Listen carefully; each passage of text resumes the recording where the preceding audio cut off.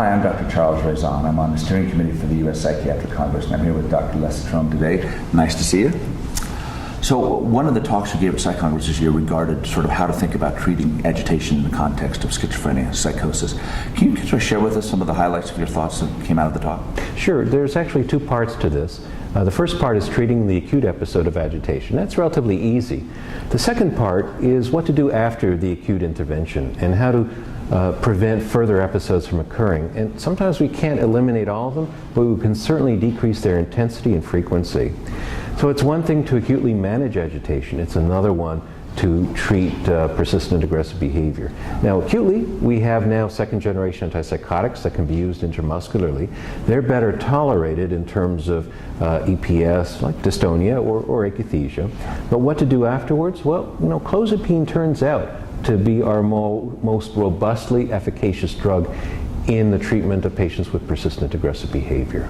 And that's something that needs really close attention in people who work with patients with these problems. Do you have a sense of why clozapine has that differential edge?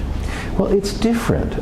Its mechanism of action may be utterly different. Yes. We don't really know. It has very weak D2 binding affinity. Also has other receptor binding affinities that others don't have. Yeah. And there's the tantalizing prospect that it may even inhibit glycine transport reuptake. Interesting. So that might have NMDA receptor activity. It might. It might improve NMDA receptor hypofunction. Theoretically, anyway, as seen in rat experiments. Yeah. The studies that have looked at specifically aggressive patients with schizophrenia, clozapine is superior to haloperidol, also superior to olanzapine, although olanzapine was superior to haloperidol. Interestingly enough, in that study, the response in terms of psychotic symptoms was the same. These are not treatment-resistant patients, they were aggressive patients. So the positive negative syndrome scale scores reduced by the same amount, but the aggression behavior was reduced to a greater extent with clozapine. Wow, that is fascinating. And I didn't know that, so thank you. Well, thank you, Dr. Strom. Great stuff.